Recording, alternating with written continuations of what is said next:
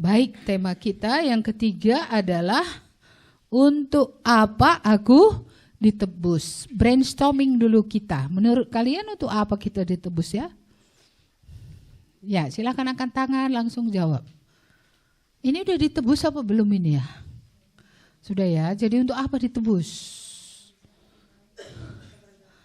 Melakukan pekerjaan baik. Oke, satu, ada lagi yang lain? Iya, masa cuma satu? Ayo, untuk apa kita ditebus? Menyenangkan Tuhan. Bagus. Ada lagi? Menyenangkan, memuliakan Tuhan. Oke, kita kan aja semua. Ada lagi? Untuk berperang. Wah, ini suruhnya kita berperang.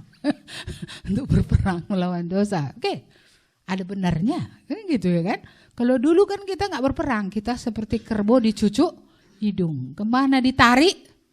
Ke situ kita. Tak berdaya. Iya kan? Sekarang udah ada daya.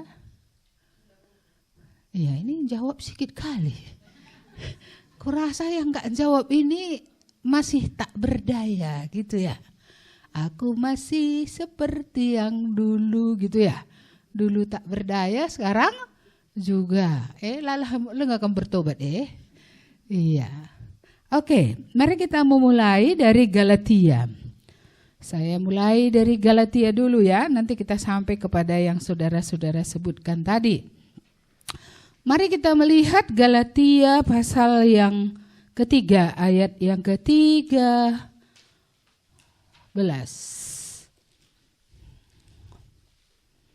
Iya, di mana sih Galatia ini? Galatia. Inilah menjadi tua, letak-letak pun sudah. Tapi kalian yang muda aja masih megang-megang kertas. Itu kan sama juga tuanya.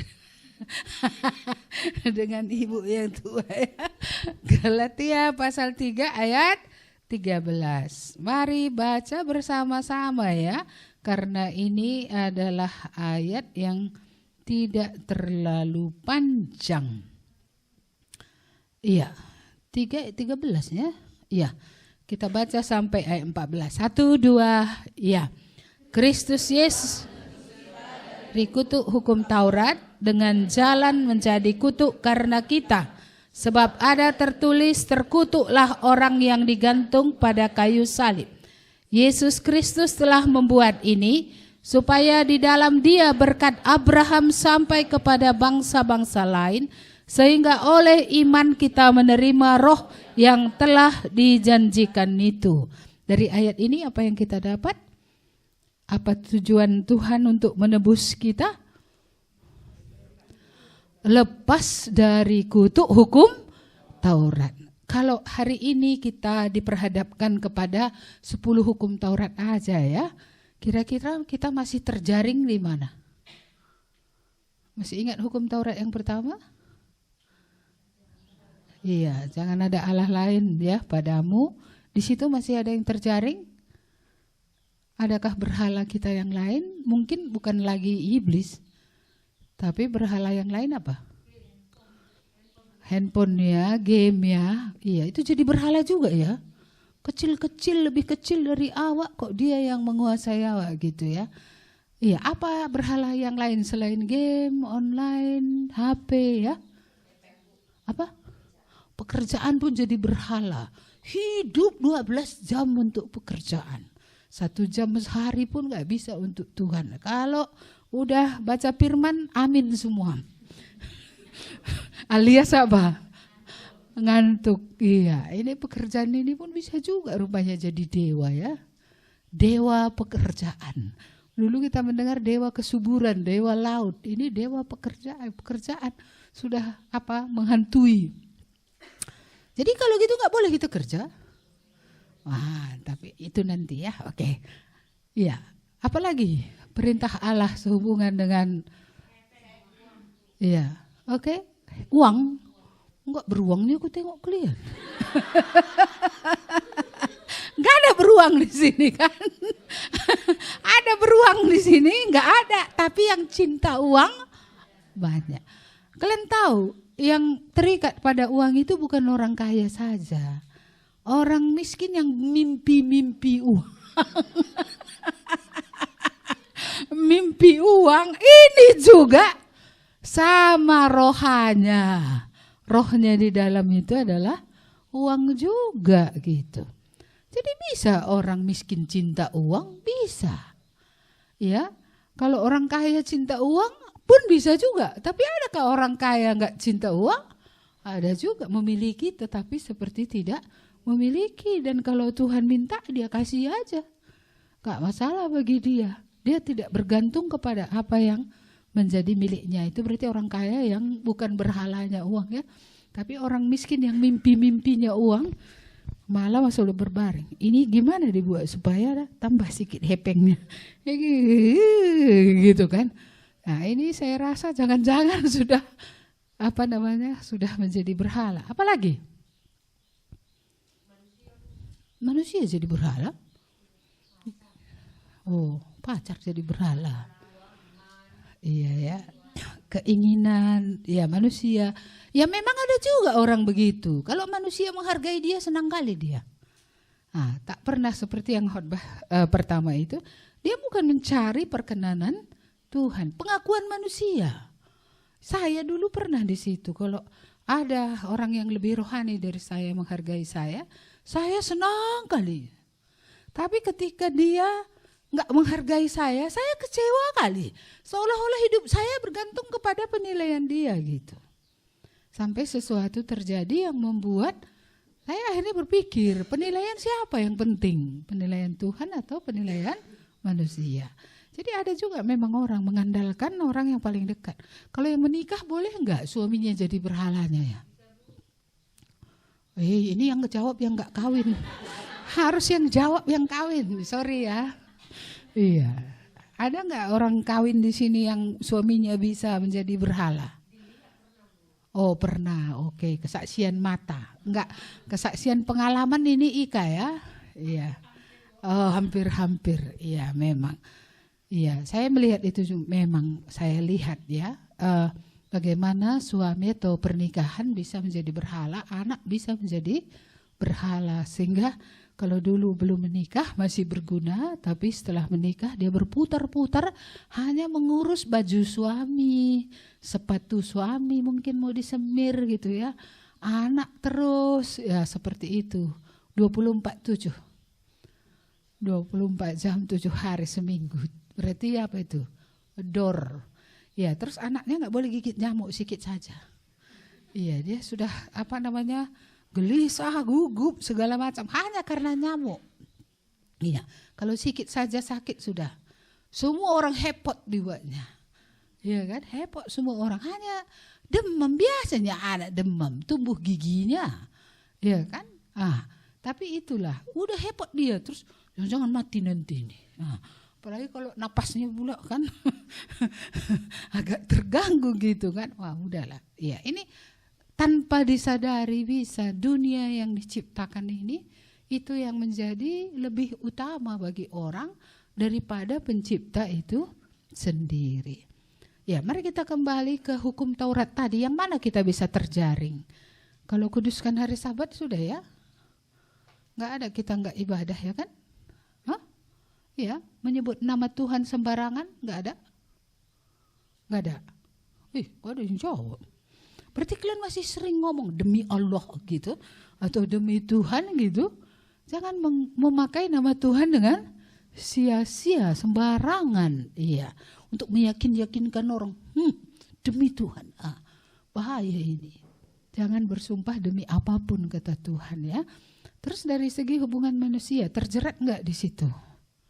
Apa saja firman Tuhan sehubungan dengan Taurat yang berhubungan dengan manusia? Hormati orang tua. Siapa sih ini yang kasar sama orang tua? Pernah mantan kasar. Iya, sekarang nggak kasar lagi ya. Semua ini gitu. Jadi kalau nggak cocok nggak mama pun gitu nggak ada lagi gitu ya. Nggak ya. Bapak ini dari dulu sampai sekarang nggak pernah berubah. Gitu ya. Iya, itu masa lalu ketika di luar Kristus gitu ya. Memang orang di luar Kristus ini ngomongnya ngeri. Iya, memang lidah tak bertulang, tak terbatas kata-kata. Baru dia memberi makan kita pun kita bisa kasar sama dia, kan luar biasa itu. Kalau nanti dia udah tua kita yang ngasih makan dia, macam mana lagi kita kasarnya? Kalau dia masih ngasih makan kita aja kita kasar, ketika dia yang kita yang mengurus dia, jangan-jangan 10 kali lipat kita kasarnya. Ya, jadi kita lihat di sini ya. Ini kutuk hukum Taurat tadi loh. Jadi kalau kita langgar ini kan kematian kan. Iya, apalagi? Jangan, masa enggak ada yang ingat 10 hukum Taurat? Ini mana semua orang ini? Hah? Wah, ini udah sekalian pula kayak lebah gitu. Jangan apa? Berdusta dulu. Siapa pendusta-pendusta di sini? Mantan pendusta. Ya, sekarang pun bisa saja saudara masih berdusta. Kalau mengatakan setengah kebenaran, itu sama dengan dusta. Enggak ada white lie, itu enggak ada. Kan orang-orang bilang, ya itu kan dusta yang baik katanya. Loh, sejak kapan? Iya, dusta itu baik. Lalu nanti dia membela diri. Oh, masa nanti ada orang mau menangkap orang lari ke rumah kita bilang, oh dia di bawah ini katanya.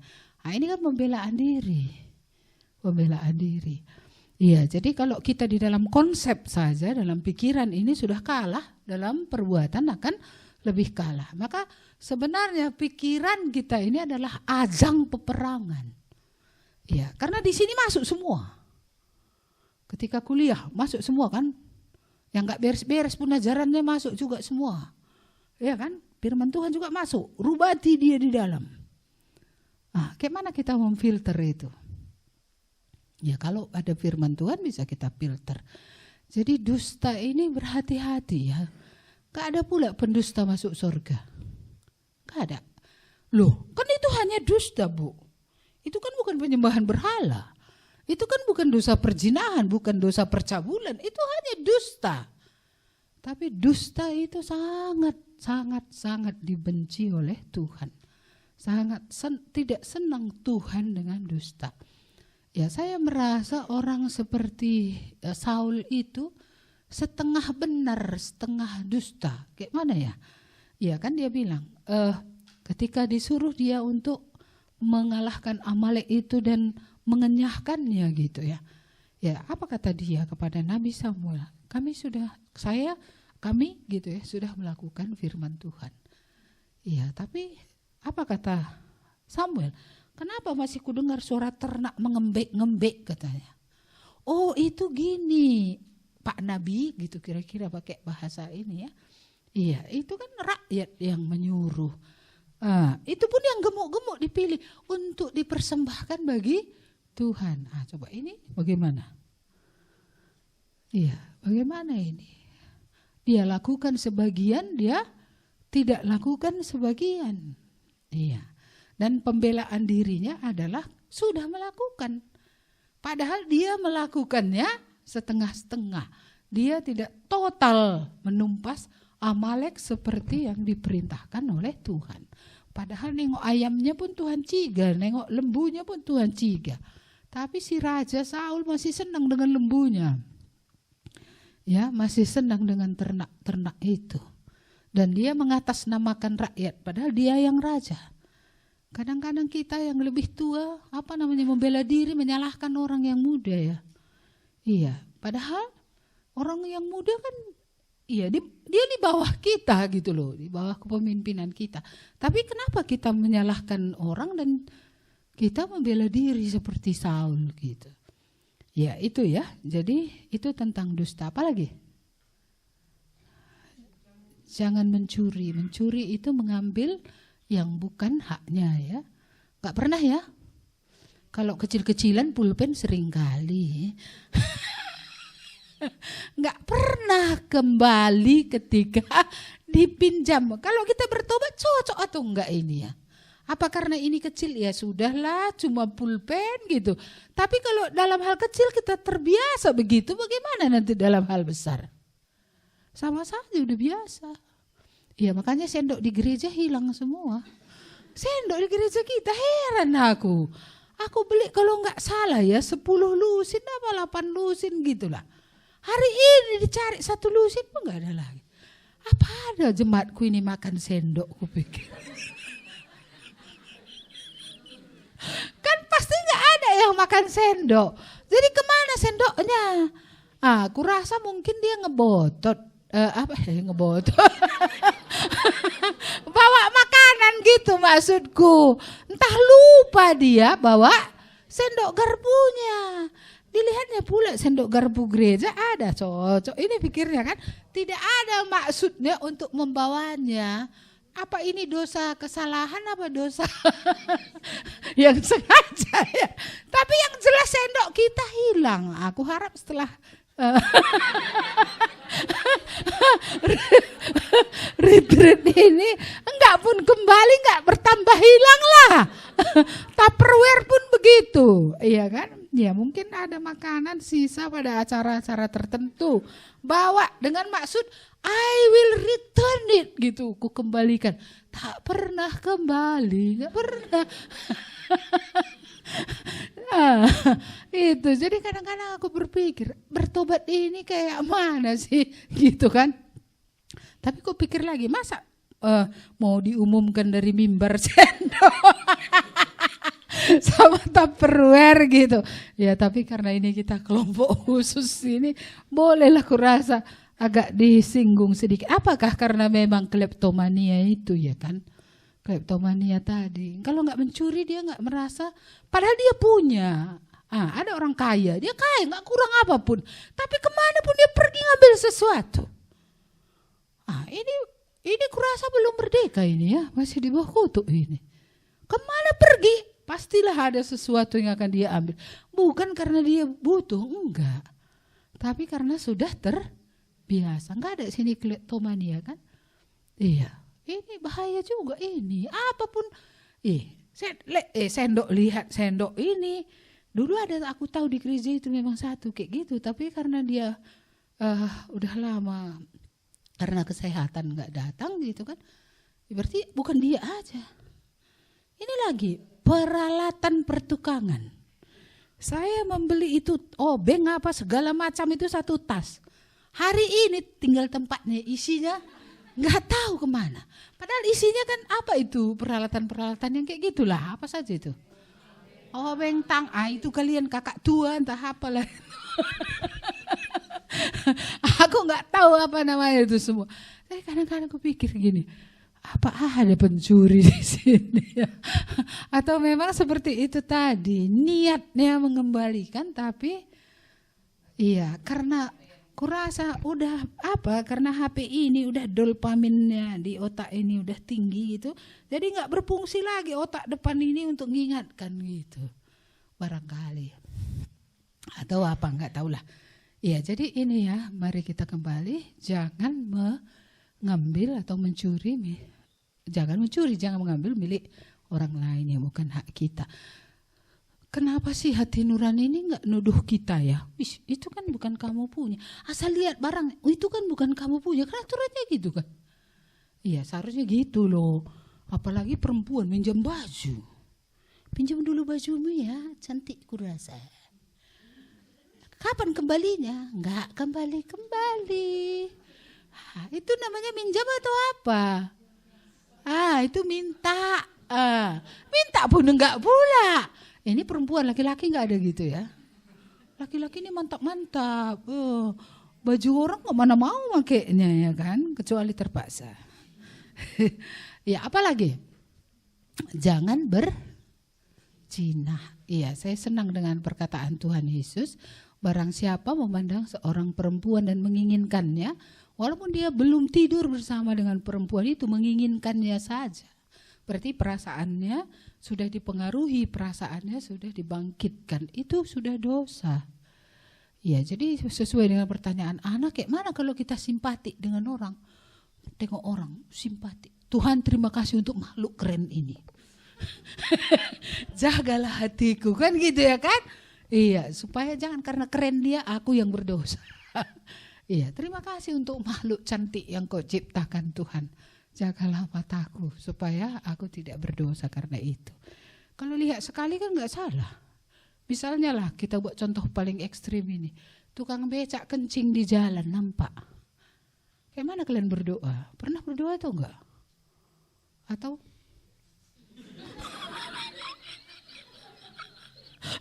atau langsung berdoa, Tuhan jagalah mataku melihat dari hal-hal yang kan itu doa di dalam kitab Mazmur. Ya nggak ada gitu ya. Iya, atau laki-laki ini kebetulan dia menghidupkan laptop, muncul yang kurang busana. Lalu kayak mana? Gue kok gini, gitu kah atau bagaimana? Lahirkah doa kita? Tuhan luputkanlah mataku melihat hal-hal yang hampa. Itu hampa ya nak. Iya. Siapa yang berdoa begitu di sini? Nggak ada ya. Jadi biasanya kalau udah lihat, lebih lama melihat atau akhirnya menggantinya kan gitu ya. Baik, apalagi? Jangan mengingini ya. Membunuh dulu. Membunuh itu bukan harus nusuk dengan pisau ya. Membunuh itu ketika kita nggak memiliki kasih lagi kepada orang, ketika sudah benci, palak atau geram sampai tingkat nggak ada lagi kasih, itu sudah sama dengan membunuh. Kita ini pembunuh atau tidak ya? Karena kitab Yohanes mengatakan demikian. Iya, bahwa orang yang membenci sama dengan membunuh. Maka itulah dibuat oleh Yohanes tanda kelahiran baru adalah mengasihi. Kalau orang tidak bisa mengasihi, padahal Allah sudah mengasihi dia lebih dahulu, ya, ini adalah dosa yang tidak berkenan kepada Tuhan. Jadi saya harap sebelum kita bertobat, memang kita terjaring dengan ini tadi, 1, 2, 3, 4, 5, sampai ke 10 mengingini itu. Karena orang yang beli kereta, kita yang kepanasan. Orang yang beli baju baru, kita pengen juga seperti itu. Itu kan mengingini. Yang paling gawat jatuh cinta pada suami orang. Atau jatuh cinta kepada istri orang. Pernah enggak? Kalian baik-baik ya, saya saja yang jahat di sini ya. Iya, saya pernah senang gitu ya dengan seorang suami gitu. Suami orang. Mengapa saya senang? Rohaninya baik, ya tabiatnya seperti yang saya mimpikan di masa muda gitu. Saya senang memang gitu. Tapi saya segera mengingat apa kata firman Tuhan. Jangan menjamah apa yang kudus. Maksudnya yang bukan bagianmu itu tidak boleh kau jamah. Maka saya segera berdoa. Tuhan tolonglah saya supaya mata saya ini jangan ke situ, pikiran saya jangan ke situ. Lepaskan saya dari situ. Karena dia sudah menjadi milik orang lain, keluarganya adalah kudus dari Allah. Seperti itu. Saya tidak tahu bagaimana kalian berperang kalau tadi ada istilah Ika berperang ya.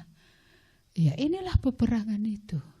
Karena kita masih hidup di dunia, kita dikelilingi bergaul dengan banyak orang. Dan dari antara banyak orang itu seperti kata si Ana, bisa aja kita simpati. Tapi simpati pun dia udah ada yang punya. Atau simpati pun dia tidak ada nilainya karena dia tidak bertobat, saya nggak menganggap bernilai. Ya, mungkin kalian merasa aneh ya. Ibu waktu dulu nggak gemuk gini loh, kecil 50 kilo. Langsing cantik gitu. Memuji diri nih, bukan narsis ya, bukan. Memang cantik dengan rok kembang-kembang gini kan. Ya seperti itu dulu gitu. Jadi ya cukup banyak juga penggemarnya. Iya, ada yang insinyur ya, kerjaannya mantap, di kebun apa segala macam, punya rumah, punya mobil. Ya kalau pada tahun 80-an punya rumah, punya mobil udah keren banget itu. Iya kan, cuma satu nggak ada. Tuhan Yesusnya nggak ada, cinta Tuhannya nggak ada. Walaupun dia Kristen KTP, datang kata orang, ya kan bisa kamu ajari. Aku aja nggak bisa ngajari aku. Ketika aku bertobat, kalau bukan karena Roh Kudus nggak berubah aku. Karena dari kecil cita-cita aku sejak ke gereja, aku mau berubah, aku mau menjadi lebih baik dan lebih baik gitu. Ya lebih baik sebentar, setelah itu tibalah keadaan-keadaan yang tidak seperti yang ku mau. Udah berontak aku karena memang belum ada kelahiran baru pada waktu itu. Jadi niat ada, terlaksana tidak, itulah ciri tidak lahir baru. Bahasa karona surah-surah ngencelit, tapi langasup dalam kenca. Jadi apa bedanya orang bertobat dengan orang lahir baru? Ya orang bertobat lahir baru sama saja ya kan? Iya, orang yang tidak bertobat dengan yang lahir baru, itu bedanya. Kalau yang belum lahir baru tadi atau belum bertobat, dia seperti kerbau dicucuk hidung itu. Hanya sebentar saja dia bisa, tapi setelah itu dia tidak akan pernah bisa.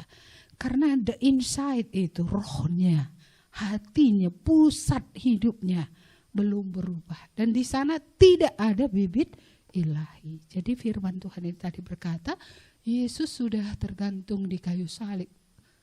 Ganti kita supaya kita tidak lagi terkutuk. Iya. Masih adakah orang ketika sakit merasa aku dikutuk Tuhan gitu ya. Nah, ketika kalau yang udah kerja pekerjaannya PHK gitu. Aku dikutuk Tuhan, aku tidak dikasihani gitu. Atau gagal dalam hal-hal tertentu gitu ya. Apakah merasa terkutuk? Kita kembali kepada firman Tuhan ini, tidak ada penghukuman Roma 8 ayat 1 di dalam Kristus Yesus. Gak ada lagi. Maka orang percaya itu yang sudah ditebus Tuhan, dia tidak berada di bawah hukuman.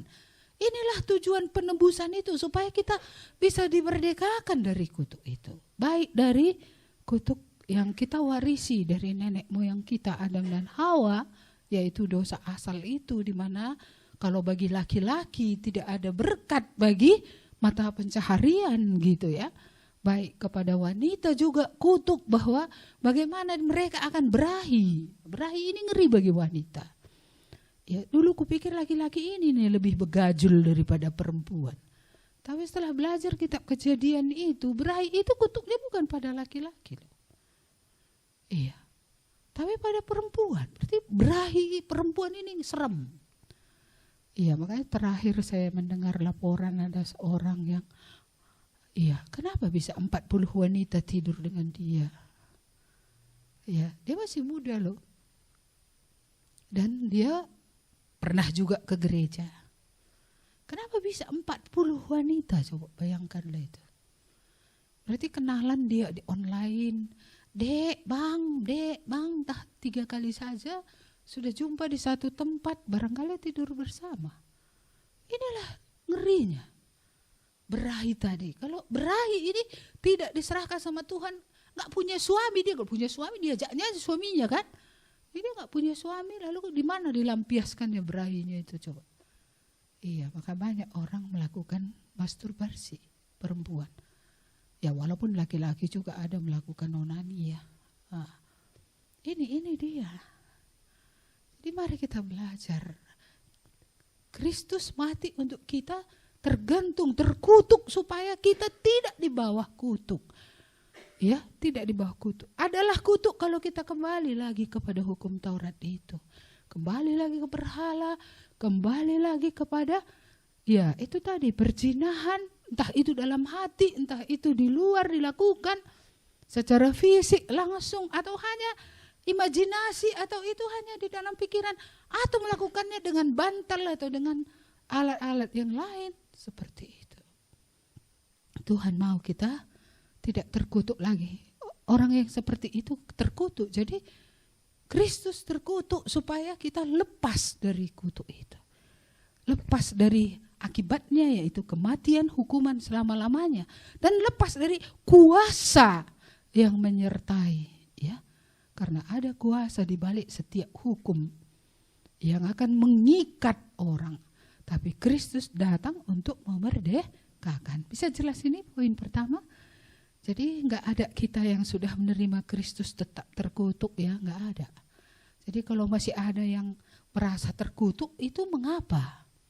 Apakah itu tuduhan daripada iblis, dakwaan dari iblis, karena dia suka kali mendakwa manusia. Kamu begini, apakah itu dakwaan? Ataukah itu memang fakta karena masih belum semua kita lepaskan? Ada dosa-dosa favorit yang belum kita serahkan kepada Tuhan. Masih punya dosa favorit? dosa yang kita bela, yang ini Tuhan enggak usah lah. Kau kan sudah banyak kali yang lain kuberikan. Yang ini janganlah gitu. Apakah begitu? Dalam bagi kita seharusnya Kristus mati itu 100%.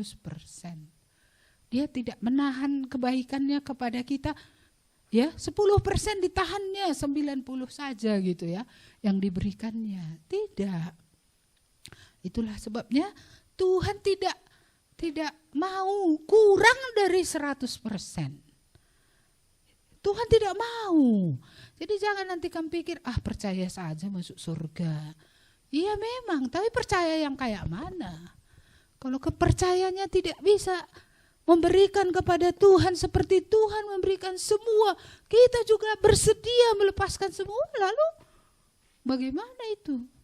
Ya, nyawanya pun diberikannya. Kita hanya hal-hal yang favorit, yang kita senang pun kita masih tetap mau di situ, sementara Kristus memberikan nyawa itu kita kurang ajar itu. Iya, makanya ya, ini perkataan ini agak keras karena saya pakai kata kurang ajar. Karena dia mau Tuhan memberi semua, tapi dia tidak mau memberi semua. Iya, jadi ini yang pertama ya. Apa tadi? Supaya kita lepas dari kutuk hukum itu ya. Iya.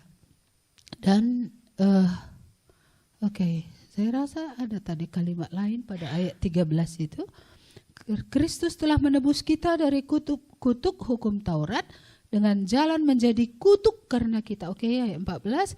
Yesus Kristus telah membuat ini supaya di dalam Dia berkat Abraham sampai kepada bangsa-bangsa lain, sehingga oleh iman kita menerima roh yang dijanjikan itu. Jadi berkat Abraham ini kepada rupanya adalah keselamatan, dan jaminannya adalah Roh Kudus.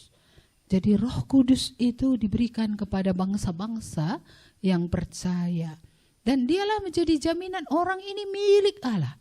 Orang ini sudah terlepas dari kutuk. Orang ini sudah lepas daripada hukuman. Baik, mari kita lihat poin yang kedua dari Titus 2 ayat 14. Titus pasal yang kedua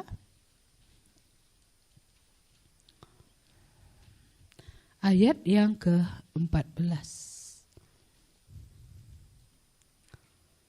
Iya, oke. Mari kita melihat Titus 2 ayat 14. Kita baca bersama-sama karena hanya satu ayat saja. 1, 2, ya. Yang telah menyerahkan dirinya bagi kita untuk membebaskan kita dari segala kejahatan dan untuk menguduskan bagi dirinya suatu umat kepunyaannya sendiri yang rajin berbuat baik. Iya. Jadi kita ditebus supaya kita dibebaskan dari apa? Segala kejahatan, dan untuk menguduskan dirinya bagi diri kita bagi Tuhan. Ya, jadi Tuhan mau mengumpulkan umatnya dari segala suku bangsa. Ya, ini sangat luar biasa saya rasa. Ya, karena dari segala suku bangsa orang bisa menjadi percaya, dan ini dikumpulkan oleh Tuhan menjadi milik kepunyaannya sendiri. Iya, milik kepunyaan Allah sendiri. Kamulah bangsa yang terpilih, imamat yang rajani, bangsa yang kudus, umat kepunyaan Allah, untuk memberitakan perbuatannya yang besar yang telah membawa kamu keluar dari kegelapan kepada terangnya yang ajaib. Senang gak kita ditebus menjadi milik Tuhan? Jadi kita milik siapa? Milik siapa? Saudara milik siapa? Milik Tuhan? Betul? Betul ya. Jadi gak lagi dimiliki oleh yang lain? Gak ada lagi bisa kerasukan di sini? Enggak ya, karena orang percaya kan enggak bisa lagi dirasuk oleh kuasa kegelapan kalau memang Yesus sudah ada di dalam. Tapi kalau enggak ada, Kristen pun kamu pulang kampung nanti selok kamu. Iya, atau kena guna-guna, atau kena pelet. Iya, Mana si Anu itu udah ikut dia sama preman itu. Kenapa? Kena pelet dia. Ah, ini kalau belum di dalam Tuhan. Jadi supaya lepas dari kejahatan dan dibuat Tuhan menjadi umatnya yang khusus. Saya merasa ini adalah sesuatu yang sangat luar biasa. Ini milik Tuhan, berharga bagi Tuhan. Maka kalau di perjanjian lama banyak kali buat istilahnya biji mata Tuhan. Keren ya. Kalau biji mata ini kalau sikit aja masuk debu gimana? Dilindungi. Gitu ya. Gak ada kalian kalau masuk debu. Lebar gitu tambah dibuka. Lo dalih debunya. Ya. Nggak ada itu, pasti dengan cepat itu ditutup, dilindungi. Ya kan hebat itu dijagai Tuhan, dilindungi Tuhan. Saya rasa itu sangat hebat lah, karena ya dulu waktu muda ibu banyak mengadakan perjalanan ke daerah-daerah gitu ya, kadang tanpa teman sendiri gitu. Yang mau dihadapi kadang bapak-bapak, kok mama kan aman, jenis kelaminnya sama. Iya, kadang orang muda macam-macam yang dihadapi gitu. Bahkan ke Tanah Karo itu pun dulu saya ingat, sering itu 2 bapak-bapak, saya 1 perempuan. Kadang-kadang gudul juga orang itu.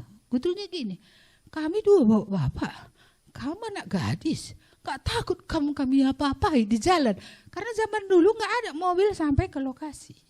Jadi kita jalan kaki itu bisa berjam-jam kita jalan kaki. Kayak mana-mana nanti kami buat di sana di peren-peren situlah, di rumput-rumput sana. Aku bilang ada Tuhanku lebih besar dari kalian, aku bilang.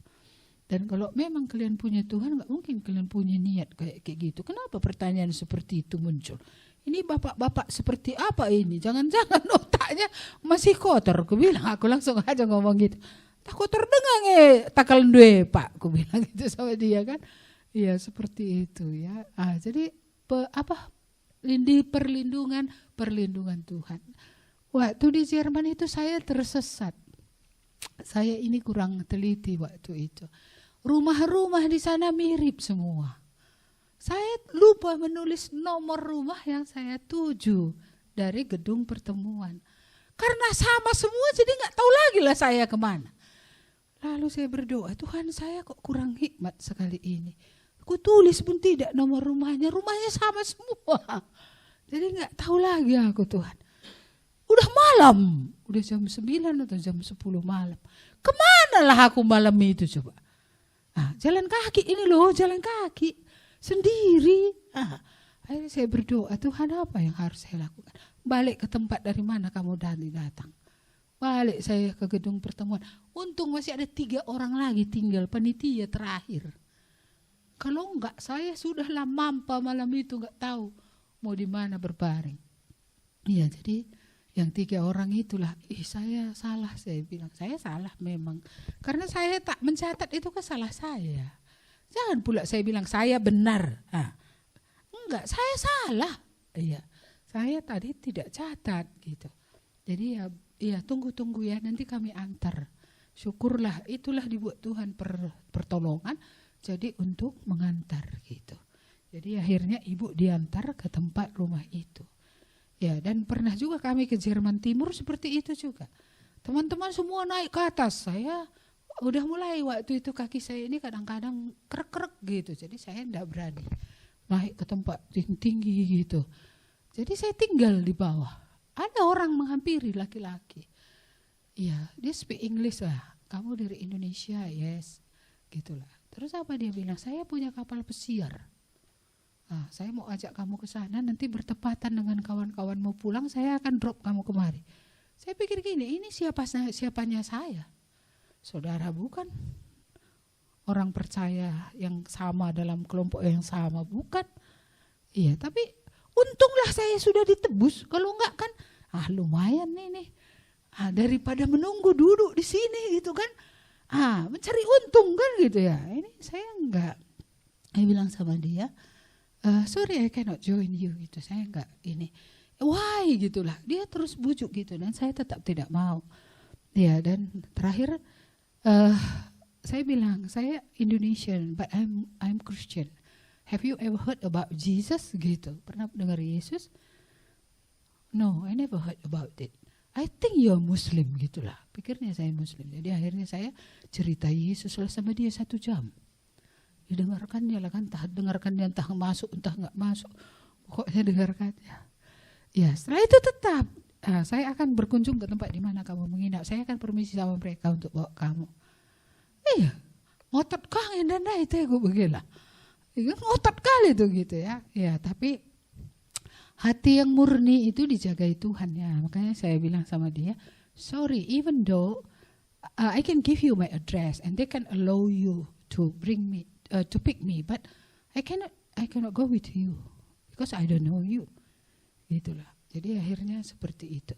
Jadi di mana-mana kita akan bertemu dengan orang-orang yang dipakai oleh iblis gitu ya untuk menjebak kita supaya kita kembali masuk ke dalam kejahatan. Iya. Saya pun gak ngerti kenapa seperti itu gitu. Berani kali dia gitu. Kan berani, tapi memang life outside orang kan gak ngerti gitu kan. Tapi waktu itu saya merasa apa juga. Di manalah kemuliaan Allah sehingga berani kali orang ini ngomong kayak gini. Karena itu bukan satu kasus saja. Kasus kedua di Indonesia, kasus ketiga di Penang seperti itu. Tapi akhirnya saya mengerti. Saya kan terus berhadapan dengan segala macam orang. Karena itulah persekutuan dengan Tuhan itu harus benar-benar dijaga. Karena kalau nggak dijaga ini bahaya ini. Karena kan bisa tadi, apa salahnya kalau sebentarnya jalan-jalan ke kapal pesiarnya? Iya, tapi mungkin gimana ya pikiran saya kayak gini. Iya, sedangkan saudara sendiri pun pasti ada batasnya terhadap orang lain. Ini stranger, orang asing gitu. Ya pasti dia punya niat, cuma nggak tahu apakah niatnya mutilasi saya ataukah niatnya hanya untuk free sex, ya pleasure itu aja, nggak tahu tahap apa. Tapi apapun itu kita harus bertanggung jawab atas setiap keputusan yang kita ambil. Ya jelas ini ya. Jadi Tuhan mau kita memang dipisahkanlah kalau boleh dipakai istilah itu. Memang kita masih hidup di dunia, tapi kita dipisahkan dalam arti kata kita menjadi umat Tuhan. Kita melakukan apa yang Tuhan mau untuk kita lakukan. Siap?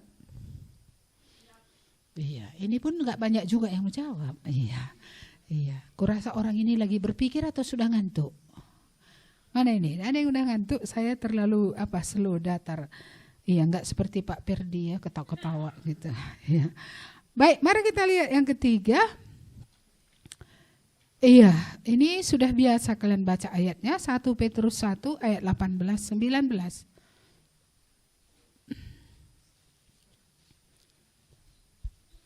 1 Petrus 1, 18-19. Yang paling ngantuk yang baca. Gak ada yang ngaku? Adalah. Ya. Coba supaya jadi melek matanya semua yang paling mengantuk, mari membacanya. 1 Petrus 1 ayat 18. Ya. Oke, 1, 2, ya.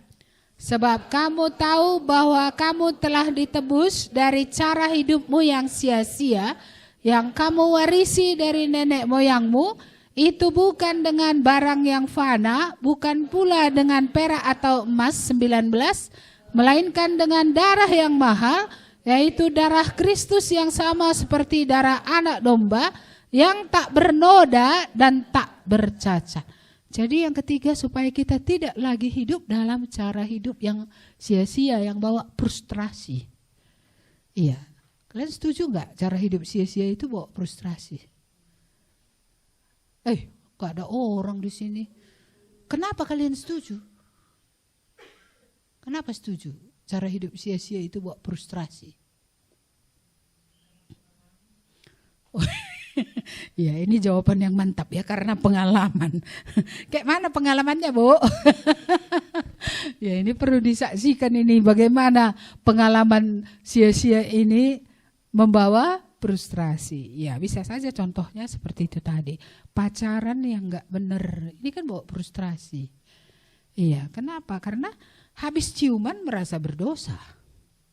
Lalu kemudian merasa gak layak. Berdoa menjadi merasa gak nyaman. Iya, mau dipakai Tuhan rasanya kotor. Iya kan? Ini kan frustrasi ini kalau kita ikut cara hidup muda-mudi zaman ini asal jumpa tagut.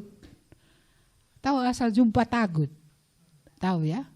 Asal jumpa sudah peluk-pelukan gitu loh. Iya, tapi pada zamannya yang lalu pun adanya gitu. Karena ada aku dulu melayani satu keluarga. Itu kerja tahun. Jumpa. Satu hari itu jumpa, si cowok punya pacar, si perempuan tidak punya pacar si cowok lagi jauh di rantau orang. Ya mereka ngobrol, malam makin larut, pihak ketiga pun datang, siapa itu? Akhirnya kayak mana? Tidur sama. Ya, lalu perempuan melapor kepada orang tuanya, saya sudah ditidurinya. Melapor. Jadi pada zaman itu, pada waktu itu orang tuanya besok-besoknya langsung datang ke rumah ke rumah laki-laki itu. Terpaksa dia mengawini perempuan ini sementara dia punya pacar. Ya, terpaksalah putus sama pacar yang dirantau orang. Nah, terakhir apa yang terjadi? Seumur hidup pernikahan mereka dia selalu bilang, kau yang salah, gara-gara kau, aku tidak kawin dengan cewek idamanku gitulah. Gajian dia, uangnya gak dikasih. Seperti itulah. Jadi ibu ini menderita, menjadi seperti dialah yang berdosa besar satu-satunya dalam hal ini gitu. Ya, jadi dia menderita sampai anak mereka pun tetap menderita dan 2 anak itu mati pula itu karena obat kutu ditaruh di kepalanya dia mati dua-dua. Tapi pernikahan ini sempat ranggung tapi balik kembali. Tapi saya ingat itu, saya kenal mereka setelah mereka di usia pensiun. Bayangkan berapa tahun pernikahan ini kalau dari muda sampai usia pensiun. Saya bertemu dengan mereka dan mengerti. Saya datangi memang ke rumahnya. What happened really gitu. Apa sih sebenarnya terjadi? Ya ini tadi diceritakan. Pergaulan 1 hari menghasilkan harus menikah. Iya. Ya seperti itulah. Jadi seumur hidup pernikahannya. Artinya kalau menikah tadi 55 tahun, 50 tahun nangis tiap hari lah. Cuma pada waktu itu barangkali mereka kalau cerai malu. Harga diri keluarga kayak mana, harga diri pribadi bagaimana gitu. Jadi malu dan menderita. Memang akhirnya saya melayani keluarga ini, saya datang ke rumah mereka, memberitakan Injil. Sampai bapak ini mengatakan kepada saya, dia yang salah, dari dia saya tahu ini. Tapi saya tak boleh kasih tahu namanya, ini rahasia. Ceritanya bisa saya ceritakan, orangnya nggak bisa. Itu rahasia pelayanan, nggak boleh dibukakan. Ya jadi seperti itu tadilah cerita. Terakhir saya bilang, emangnya waktu itu kamu diperkosa? Aku bilang, dia kan laki-laki. Apa kamu diperkosa? Apa kamu diikat? Diciumi, dikerjai kamu dalam keadaan terikat gitu? Enggak katanya. Berarti kamu ini salah. Berarti kan kamu sambut, ku bilang. Berarti enggak ada orang tepuk tangan itu, hanya sebelah. Berarti kamu pun menyambut. Diciumnya kamu cium lagi, dipeluknya kamu peluk lagi. Kan gitunya itu. Kecuali kamu tadi diikat dia di pohon.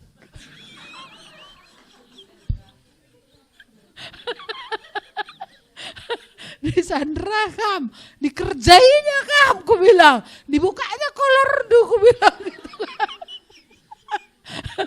Iya, itulah baru dia yang salah. Kalau enggak kami ikut salah. Itulah kulihat Roh Kudus bekerja, walaupun kita ketawa kayak porno ya. Tapi Roh Kudus bekerja dan dia bilang, lah kak kuidah salahku enda selama enda gitu. Siapalah bekerja makalah idahna salahna. Karena cara hidup orang di kampungnya biasa merusak. Jadi dia nggak lihat itu laki-laki aku. Kalau aku berbuat nggak ada masalah. Yang salah itu selalu siapa? Iya, karena dia perempuan. Dia mau beri dirinya gitu. Kalau laki-laki nggak mau beri diri kah? Ya beri diri, tapi dia nggak merasa itu salah. Because it is the culture in their village. Itu kebudayaan di kampungnya. Biasa merusak cewek, tapi pilih nanti mana mau dikawini. Ini ikat orang tua orang dia kan gitu, makanya nggak bisa lagi dia mengelak. Karena memang benar dia menidurinya. Seperti itu, kalau nggak kami bawa kamu ke polisi katanya. Biar kaya ke polisi kah? Iya, seperti itulah ini ya. Jadi cara hidup yang sia-sia ini bawa frustrasi. Penyembahan berhala bawa frustrasi. Bawa, coba cuci muka lalap kamu di kuburan. Ya pasti bawa frustrasi. Gak mungkin enggak. Coba pikiran kotor terus. Musak teduh. Gimana kira-kira? Ya kan? Ini bawa frustrasi. Pergaulan yang buruk. Ya, tidak kudus dalam perasaan. Tidak kudus dalam tindakan. Ini sangat bawa frustrasi. Saya pernah mengalami itu, maka saya berani mengatakan. Ini betul-betul cara hidup sia-sia ini membawa hidup kepada keputusasaan. Ya, kepada hidup yang berputar-putar, kepada hidup yang gak ada endingnya, gak ada tujuan yang jelas yang akan mendatangkan kebaikan, itu gak ada. Nah, jadi kita ditebus supaya jangan lagi kita hidup dalam cara hidup sia-sia. Sedangkan metode berutang, tutup utang, gali lubang, tutup lubang, ini pun bawa frustrasi coba. Udah pinjam, bayar.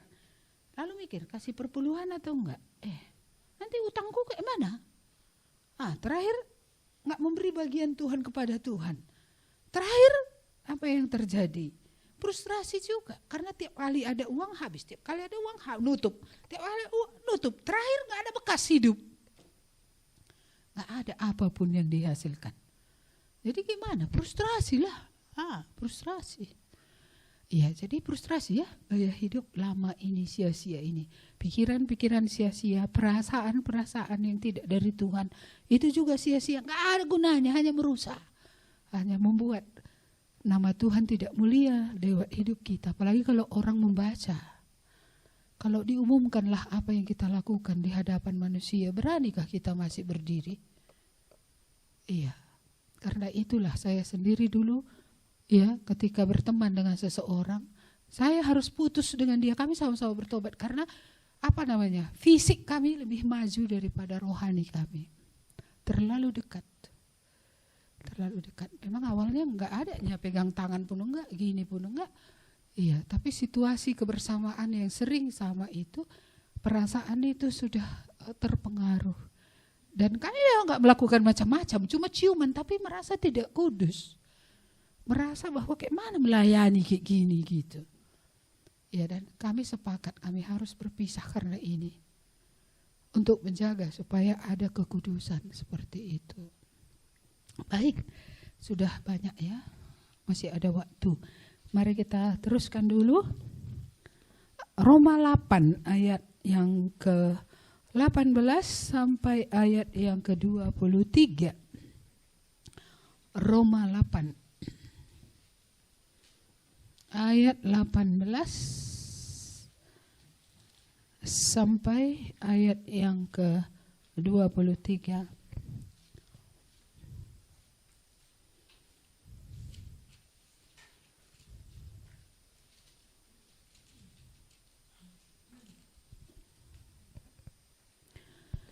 Roma 8 ayat 18 sampai 23. Mari kita Roma 8 18-23, karena ini agak panjang, kita baca 21 sampai 23 saja. Ya, 1, 2, ya. Tetapi dalam pengharapan karena makhluk itu sendiri juga akan dimerdekakan dari perbudakan kebinasaan dan masuk ke dalam kemerdekaan kemuliaan anak-anak Allah. Sebab kita tahu bahwa sampai sekarang segala makhluk sama-sama mengeluh dan sama-sama merasa sakit bersalin. Dan bukan hanya mereka saja, tetapi kita yang telah menerima karunia sulung roh, kita juga mengeluh dalam hati kita sambil menantikan pengangkatan sebagai anak, yaitu pembebasan tubuh kita. Iya, jadi selama kita dalam tubuh ini ada peperangan tadi, kita berat, kita rasa bergumul melawan dosa tiap hari, ya, menang, pernah juga kalah, bangkit lagi, ya. Dan sepanjang perjalanan ini, peperangan ini terus. Iya, maka bukan jaminan kalau kita sudah menjadi anak Allah, kudus 100%, terus enggak pernah gagal. Enggak. Iya, pasti ada waktu-waktu di mana kalau kita tidak memiliki hubungan yang baik dengan Tuhan, kita bisa emosi, kita bisa jatuh. Iya, dan inilah yang dikatakan tadi, kita mengeluh. Mengapa?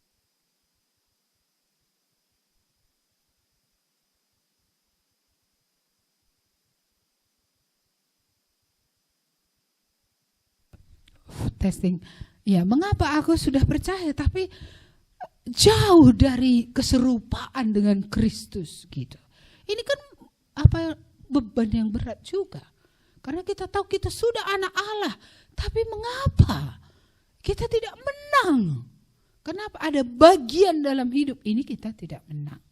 Dan bagian yang kita tidak menang itu pastilah karena masih ada di situ pembelaan kita terhadap itu.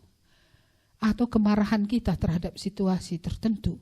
Atau mungkin juga kita karena tidak Tuhan berikan semua yang kita mau, kita menjadi tidak puas dengan Tuhan dan itu melahirkan tindakan yang salah. Iya, jadi ini tadi perlu kita ingat ya, bahwa ada nanti waktunya penebusan ini mendatangkan apa tadi istilahnya dibuat di sini? Pembebasan tubuh. Jadi ada jaminan dari Tuhan kita akan dibebaskan dari tubuh yang kita terus bergumul ini. Dan Tuhan akan memberikan kita tubuh yang baru. Tapi ini tidak di dunia ya. Ini adalah berbicara tentang masa yang akan datang. Tubuh kebangkitan, tubuh kekekalan. Baik. Ada dua lagi ayat berikutnya, Efesus 1 ayat 12. Ini yang tadi kalian sebutkan. Efesus 2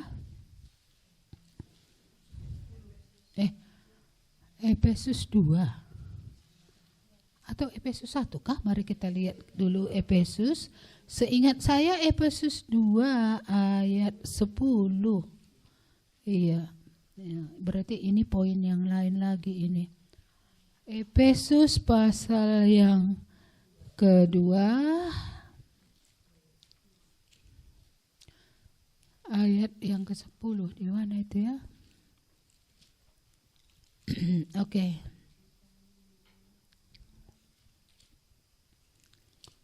Efesus 2 ayat 10. Udah hafal mati nih?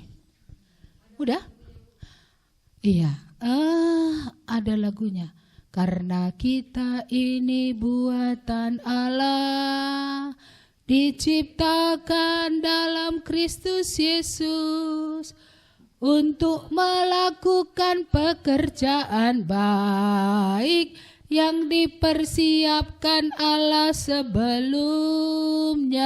Ia mau supaya kita hidup, Ia mau supaya kita hidup, Ia mau supaya kita hidup di dalamnya.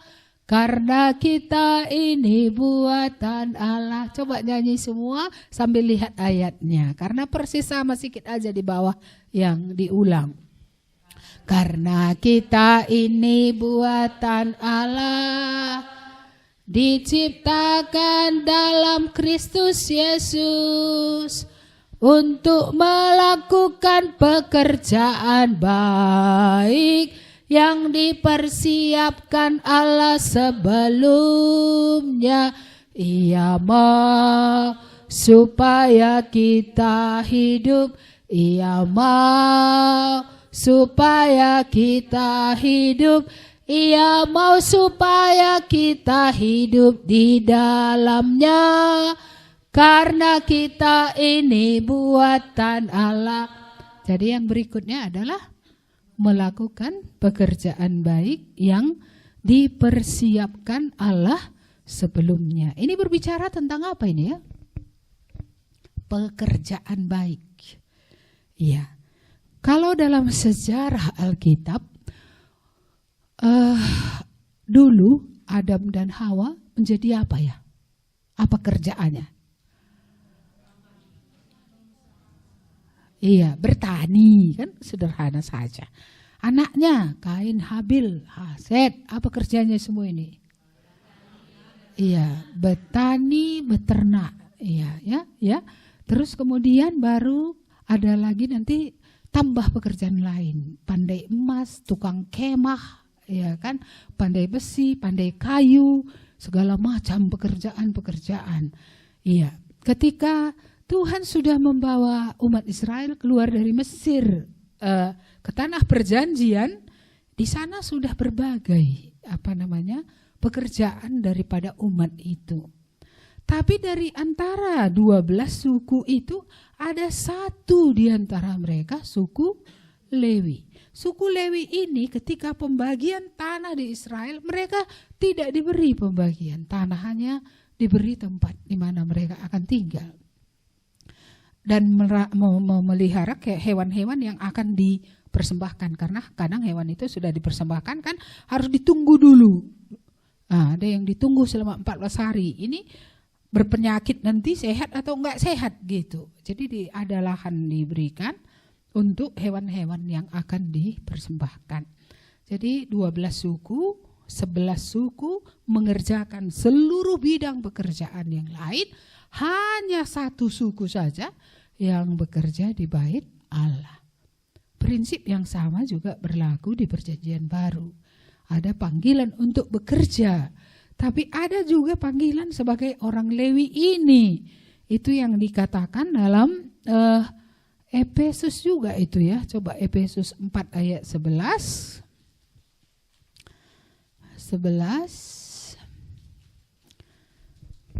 Saya bacakan, dan ialah yang memberikan baik rasul-rasul maupun nabi-nabi, baik pemberita-pemberita Injil maupun gembala-gembala dan pengajar-pengajar untuk memperlengkapi orang-orang kudus bagi pekerjaan pelayanan bagi pembangunan tubuh Kristus. Jadi pekerjaan baik tadi, apakah kamu orang yang dikhususkan untuk mengerjakan pekerjaan ini tadi? Ya, pekerjaan memperlengkapi orang-orang kudus bagi pekerjaan pelayanan. Ataukah kamu memang dipanggil bekerja melalui profesi? Ya. Jadi menjadi petani is okay, menjadi peternak is okay ya. Membuka tempel ban pun oke juga, membuka dorsemir pun oke juga. Membuka kalau sekarang ini, dulu belum ada salon ya. Sekarang udah bisa buka salon misalnya kan. Ya di negara lain salon kucing pun ada. Salon binatang ya, kucing dan anjing, binatang peliharaan gitu. Jadi berbagai-bagai pekerjaan. Jadi dalam hal ini kalau mereka misalnya mengerjakan pekerjaan membuat kemah misalnya ya, mereka bukan untuk pekerjaan di bait Allah, apakah kalau mereka membuat kemah tidak bisa mereka memberitakan Injil? Kita lihat contohnya Priscilla, Aquila, mereka enggak pernah mereka disebut full timer pelayanan, enggak. Mereka adalah tukang kemah, itu memang profesinya. Tapi mereka memberi rumahnya untuk tempat orang ya belajar firman Tuhan. Walaupun pada awalnya mereka kumpulnya di pinggiran-pinggiran sungai karena mereka tidak cukup jumlah untuk bisa dikatakan membuat sinagoge kecil seperti itu. Iya. Tapi dia memberitakan Injil dan lewat dia akhirnya suatu jemaat terbentuk. Padahal dia bukan full time. Yang bukan full time pun bisa membawa orang kepada keselamatan. Ya, jadi kalau ada orang terpanggil katanya menjadi hamba Tuhan gak membawa orang kepada keselamatan, gak ada orang bertobat lewat pelayanannya, sebenarnya ini diragukan. Iya, karena yang bukan full saja seperti Priscilla, Aquila bisa menceritakan Yesus kepada orang lain dan orang lain sampai kepada keselamatan. Iya, jadi itu berarti profesi apapun setiap orang itu harus menjadi terang. Terang dalam hidupnya yang berbeda dari orang-orang yang tidak mengenal Allah, dan terang dalam hal memberitakan siapa yang dia percayai. Entah itu berupa kesaksian, tidak harus selalu khotbah di kumpulan-kumpulan gitu, enggak. Tapi tetap ada kesaksian. Ketika orang bertanya, kenapa sih kamu percaya Yesus? Dia bisa harus menceritakannya mengapa dia percaya. Ya, mengapa kamu meyakini Yesus itu loh satu-satunya jalan ke surga. Iya, orang itu bisa ceritakan, bisa bersaksi dia bahwa tidak ada di bawah kolong langit ini ya, tidak ada yang datang dari surga yang bisa membawa orang ke surga, dan tidak ada yang tanpa dosa yang bisa menebus manusia lain dari dosa, dan tidak ada juga satupun yang bangkit dari antara orang mati mengalahkan maut selain Yesus. Jadi pertanggungjawaban iman itu berlaku bagi setiap pekerjaan. Ya, jadi entah pun nanti kalian suatu saat jadi guru, saya ketika menjadi guru, saya melayani di situ. Saya anggap guru itu, sekolah itu adalah mimbar saya. Ya tentu gak pernah dikasih mik sama saya di lapangan itu ya, gak pernah. Jadi bagaimana? Ya saya berdoa supaya ada kelas kecil bisa saya buka, saya bercerita Tuhan Yesus ya, supaya nanti bertambah orang yang diselamatkan. Iya, tapi di kelas-kelas pun kalau ada mata pelajaran religi gitu, saya ingat dulu, saya akan cerita. Saya kan tahu kekristenan itu apa ya, saya bisa cerita tentang Yesus tadi kepada tiap-tiap kelas yang saya masuki, yang mata pelajarannya ada, memang itu di dalam kurikulumnya religi tadi.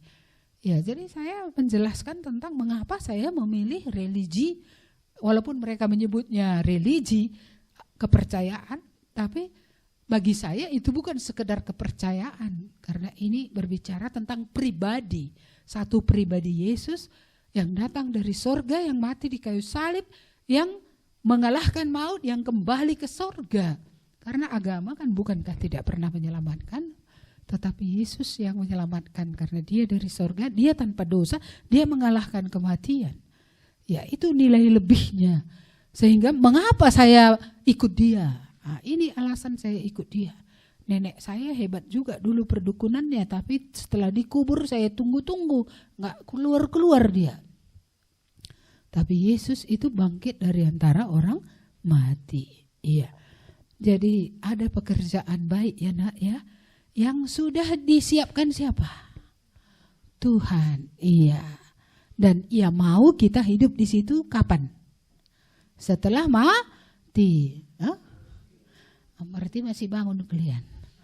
Selama kita hidup. Iya. Jadi jangan merasa rendah diri kalau bertani, berdagang, beternak, berusaha gitu ya.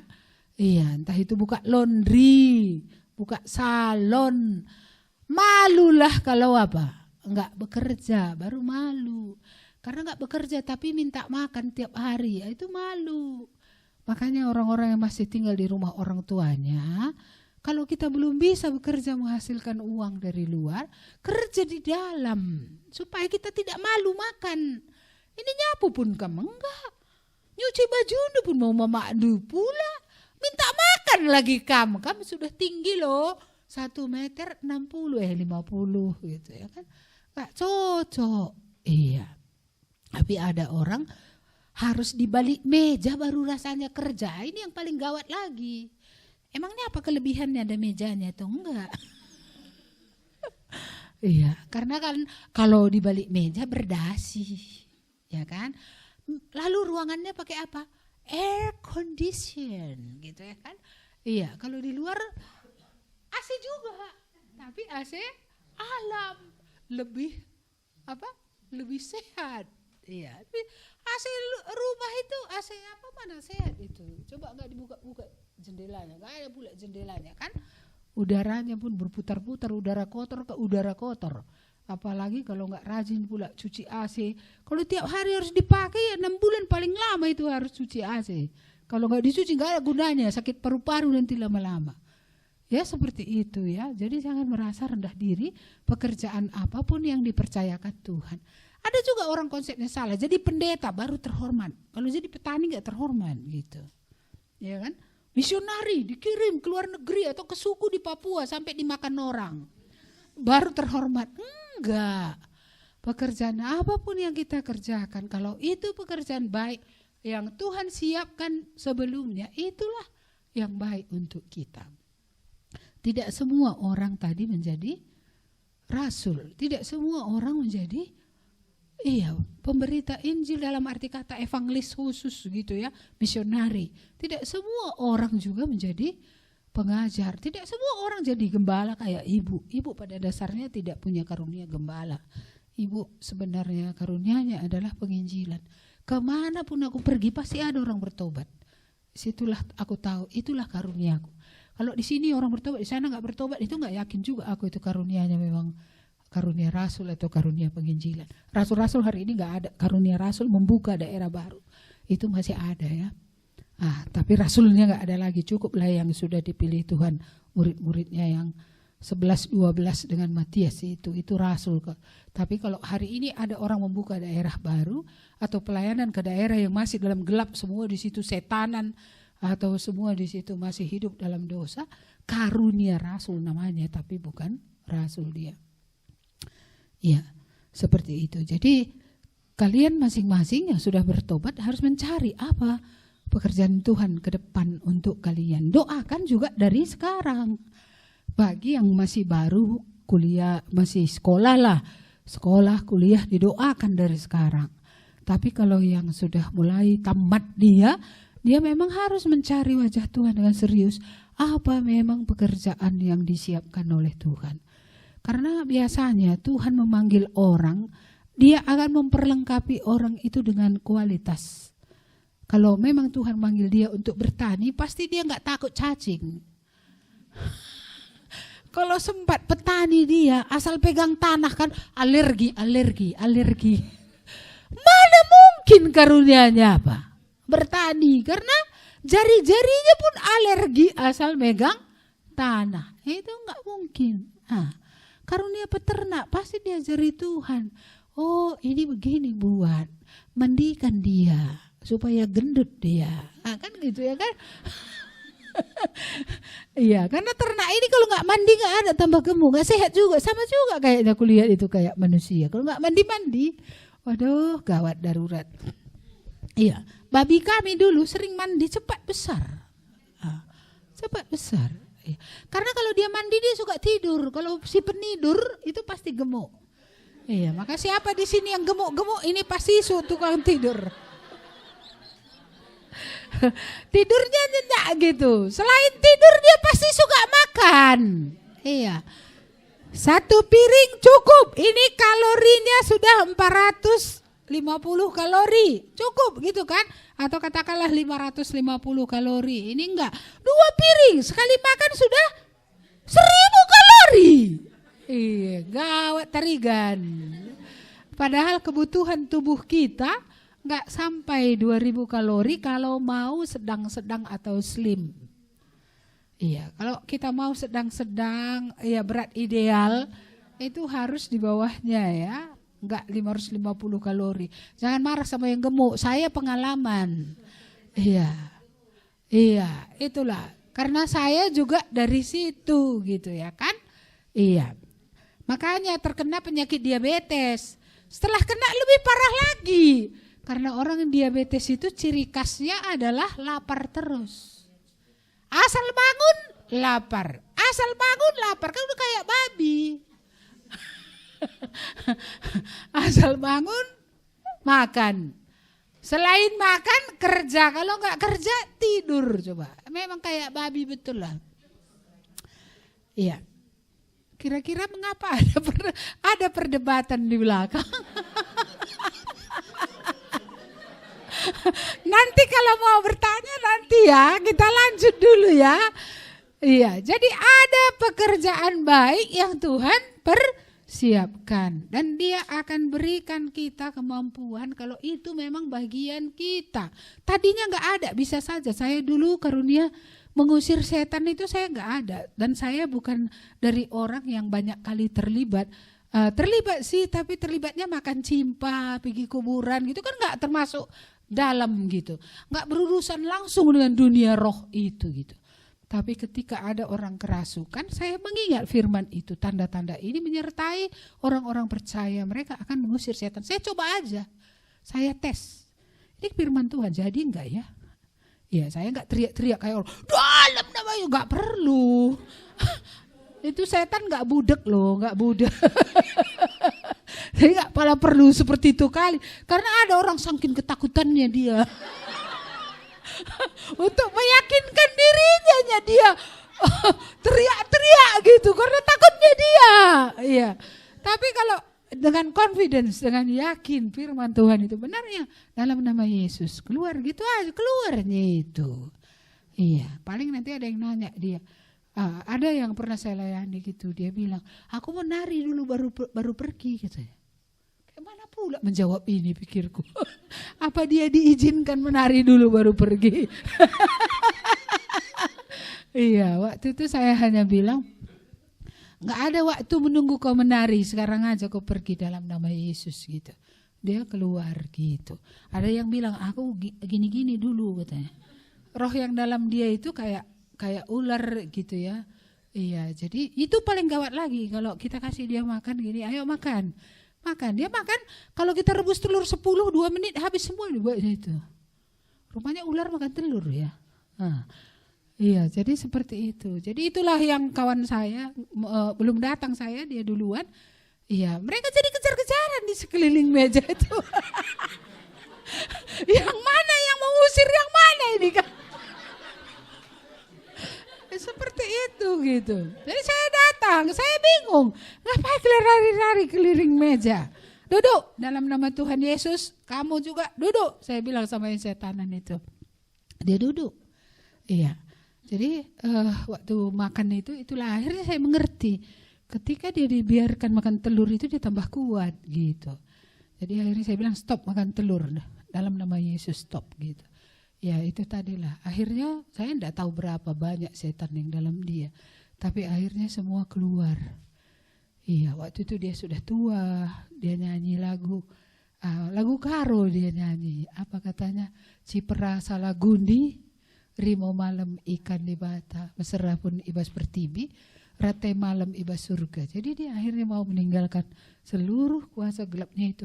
Satu tim loh, satu mobil kami kirim ke kampungnya di Brastagi untuk meruntuhkan sembah-sembahannya itu, batang pisangnya, apanya semua di sana. Sementara kami di Medan menuntun dia kepada pertobatan. Saya di situ masih usia kuliah, tapi dia tidak mau orang lain membaptis dia di sungai. Jadi kan bingung juga aku. Aku bukan pendeta. Aku disuruh membaptis. Gak cocok aku baptis, aku bilang gini aja. Pendeta gereja kakak itu saja suruh. Karena waktu itu aku masih sekolah. Suruh saja dia membaptis. Aku mendampingi. Ikut aku di sampingnya. Ya jadi pada usia itu kuliah, saya sudah mendampingi orang untuk menerima baptisan. Itu baptisan yang mereka lakukan itu waktu itu. Bibi itu meminta, saya mulai keluaran ibu saya. Sapu tangan.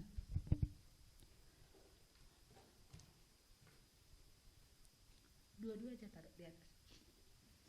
Iya, jadi waktu itu saya ikut mendampingi gitu. Iya, jadi bibi ini tadi dilepaskan oleh Tuhan dari kuasa kegelapan dan pindah ke dalam kerajaan anaknya yang kekasih. Di situ saya kuliah, bayangkan saya baru bertobat juga. Di situ saya rasa 2-3 tahun lah. Tapi saya sudah mempraktekkan. Tuhan bilang usirlah. Ya saya usir. Saya mau lihat betul atau enggak itu. Maka saya sebenarnya makin kuat iman saya dengan mempraktekkan firman Tuhan, menemukan ini jadi, menemukan ini jadi gitu. Akhirnya disitulah saya, kalau ini jadi berarti firman Tuhan ini enggak ada yang enggak jadi. Semua itu pasti benar, baik yang sekarang, baik yang akan datang. Ya. Jadi apanya pekerjaan yang Tuhan pimpin kalian mengerjakannya. Dan gak mungkin juga saya rasa kalau Tuhan pimpin kita mengerjakan sesuatu, stres kita tiap hari di situ. Kurasa gak mungkin. Pasti pekerjaan yang Tuhan suruh kita kerjakan itu, walaupun mungkin tak ada tekanan yang berat, tapi ada kekuatan kita melakukannya. Saya sedikit cerita panggilan saya kan, dulu kan saya guru SMA, guru bahasa Inggris ya. Lalu sebagai pegawai negeri, Tuhan berbicara dan saya mengundurkan diri gitu. Banyak tekanan loh ketika saya merintis dulu di daerah yang pertama saya rintis. Itu sangat banyak tekanan. Tidak bisa berkumpul juga di hari Minggu. Mencari rumah kosan pun payah. Rumah mau runtuh-runtuh aja, kalau kepada orang Kristen itu disewakan mahal minta ampun. Seperti itu. Iya, banyak tekanan. Iya, karena tadi berkumpul nggak bisa. Kami pernah hari Jumat aja kumpul. Iya, hari Minggu kami tak bisa berkumpul gitu. Dan saya pun beberapa usaha untuk membunuh saya juga waktu di sana itu gitu. Saya kemudian tahu tentang usaha-usaha ini gitu. Jadi ini kan ada tekanan. Seharusnya saya sedih kan? Enggak. Pada waktu itu Roh Kudus menguatkan. Ya, walaupun diejek orang ketika ke pajak. Oh, itu yang tahu jalan ke surga itu katanya kan. Iya, betul-betul dihinakan, dibully gitu ya. Benar-benar ini gitu. Tapi enggak masalah. Apalah itu dibandingkan dengan penderitaan Yesus mati untuk saya di kayu salib. Supaya dosa saya diampuni dan saya masuk surga gitu. Jadi walaupun begitu ditekan, no problem. Kalau saya belajar sejarah iman saya pribadi, tekanan dari luar lebih mudah menghadapinya. Baik dari setan, baik dari orang-orang yang dipakai setan. Itu lebih mudah menghadapinya dari tekanan dari dalam. Yang dari dalam ini yang berat. Iya, itu lebih berat. Karena ada kawanan yang harus kita jaga. Ada kemuliaan Tuhan yang harus dijaga. Ada kesatuan roh yang harus dijaga. Juga di sisi lain ada kesucian juga yang harus dijaga. Dan bagaimana berhikmat dengan tepat dalam semua ini, it is not easy. Gak mudah. Iya, jadi kadang-kadang kan ada orang-orang yang merasa terlalu lambat. Ada orang-orang yang merasa kayak cuek. Enggak. Sebenarnya di dalam penuh dengan pergumulan yang berat gitu. Tapi bagaimana dengan tepat supaya tidak merusakkan kawanan domba yang dipercayakan Tuhan untuk kita. Ya, jadi ini ya, bagaimana kalian tahu itu pekerjaan Tuhan untuk kalian ya, bagaimana pekerjaan baik untuk kalian. Mampu tadi kalian melakukannya ya, bisa belajar terus walaupun ada tekanan, ditambahkan Tuhan kemampuan. Di tengah tekanan itu masih ada kita rasakan pertolongan Tuhan, ada sukacita.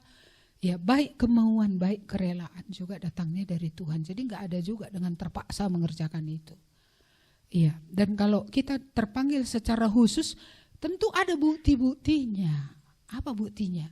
Bukan saja perkataan Tuhan kepada orangnya dan kepada orang-orang rohani yang lain. Tetapi juga peneguhan Tuhan lewat ketika dia memberitakan Injil, orang memang berbalik atau tidak. Terus apakah memang ya dia bisa menjadi teladan di tengah-tengah kawanan domba itu. Menjadi teladan, tidak membuat orang menjadi tersandung. Saya di masa muda di situ salah satu kesalahan saya. Ya, saya punya hak, saya bilang. Saya punya hak untuk bergaul dengan orang, dengan laki-laki seperti itu. Ya, tapi saya tidak memikirkan pergaulan ini menumbuhkan iman orang atau tidak. Padahal saya mau hidup untuk Tuhan. Padahal saya mau hidup untuk orang, tapi saya tidak mempertimbangkan ini memajukan kerajaan Allah, ini memajukan manusia lain atau tidak. Itu kesalahan saya di masa lalu. Dan itu kadang-kadang saya kalau teringat malu saya. Iya, tidak membela diri saya untuk ya yang saya rasa adalah hak saya. That's my right gitu. Siapa yang atur saya dalam hak saya gitu. Iya, padahal Kristus sendiri tidak mempertahankan haknya supaya manusia bisa diselamatkan. Saya mempertahankan hak saya dan merusakkan tubuh Kristus. Atau katakanlah orang-orang kelompok orang percaya yang kecil. Karena kami dulu kan masih PA di rumah, belum ada gereja seperti itu. Iya, tapi saya karena keegoisan, karena mempertahankan itu hak saya menjadi saksi yang buruk. Ya, ini pernah terjadi di masa muda, tapi itu jauh sebelum saya menjadi guru ya. Masih masa kuliah, masih udah bertobat pun belum banyak kali tahu gitu. Belum ngerti saya waktu itu bagaimana pergaulan yang benar antara perempuan dengan laki-laki. Yang benar, yang kudus di hadapan Tuhan, yang mendatangkan berkat bagi orang-orang percaya lain. Belum belajar saya, belum ngerti. Jadi saya tahunya dari buku-buku saja dan film. Dan itu sama sekali sangat berbeda dengan apa yang Tuhan katakan. Jadi dari mana kita tahu tadi panggilan Tuhan ya? Firman Tuhan, peneguhan seperti Paulus dulu diteguhkan oleh jemaat-jemaat di pemimpin-pemimpin di Antioquia itu. Terus selain itu tadi ada buahnya, orang lain percaya. Terus keteladanannya. Sedangkan penatua saja di Alkitab harus terkenal baik. Penatua saja harus terkenal bisa mengurus rumah tangganya. Berarti dia memiliki disiplin pribadi dan dia bisa memimpin keluarganya. Ada banyak syarat-syaratnya. Kalau di Kisah Para Rasul, seorang diaken saja, 7 diaken yang dipilih untuk melayani janda-janda itu, ya, melayani meja, membagikan bantuan-bantuan, itu saja harus penuh dengan Roh Kudus. Harus penuh dengan firman.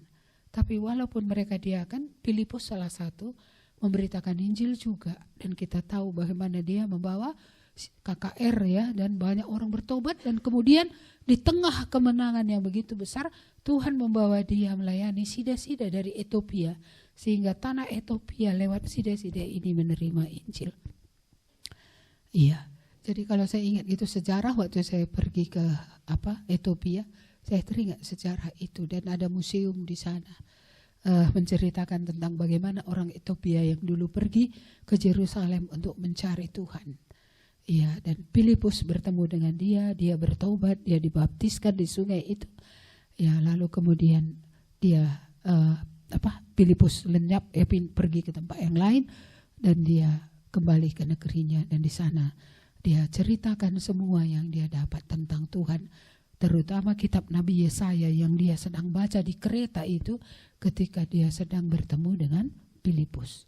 Apa isi kitab Nabi Yesaya? Masih ingat? Dia tertikam karena pelanggaran kita ya. Dia diremukkan karena kejahatan kita, ganjaran yang mendatangkan ditimpakan kepadanya, dan oleh bilur-bilurnya kita menjadi sembuh. Iya, itu. Jadi Ethiopia masuk Injil lewat sida-sida ini gitu. Ya, jadi mari kalian berkumpul ya, apa yang Tuhan kehendaki untuk dilakukan. Saya dulu tidak merasa dipanggil menjadi hamba Tuhan. Saya senang menjadi guru karena itu saya memilih profesi guru.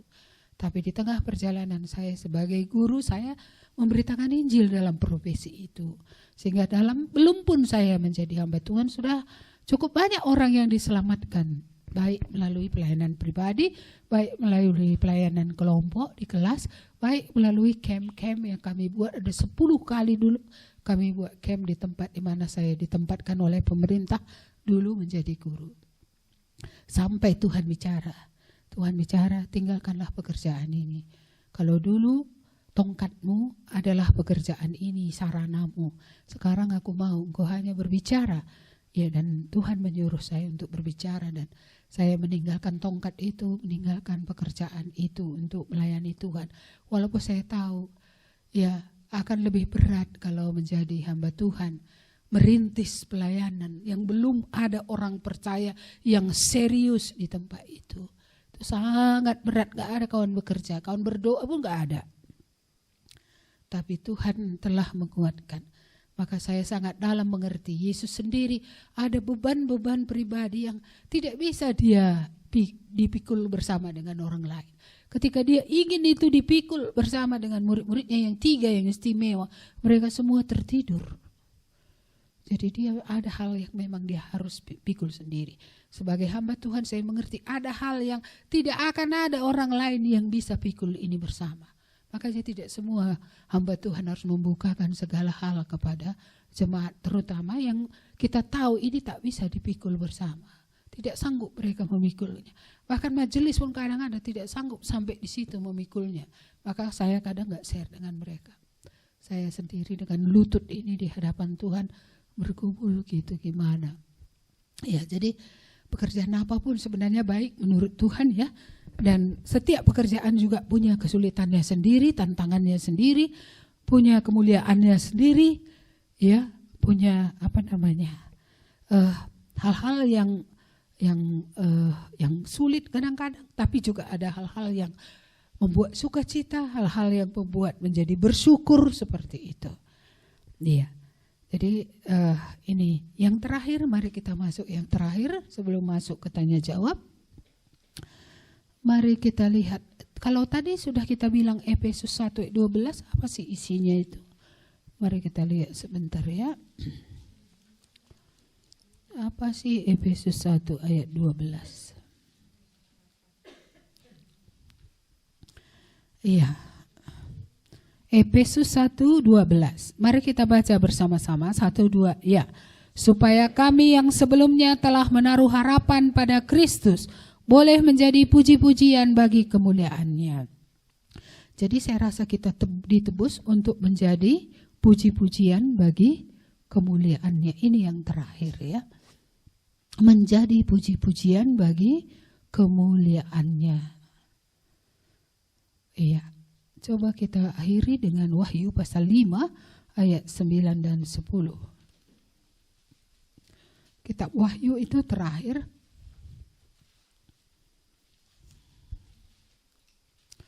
Wahyu 5 ayat 9, 10.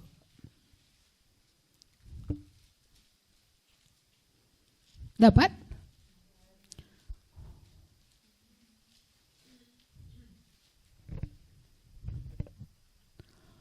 Wahyu 5 ayat 9 dan 10. Oke.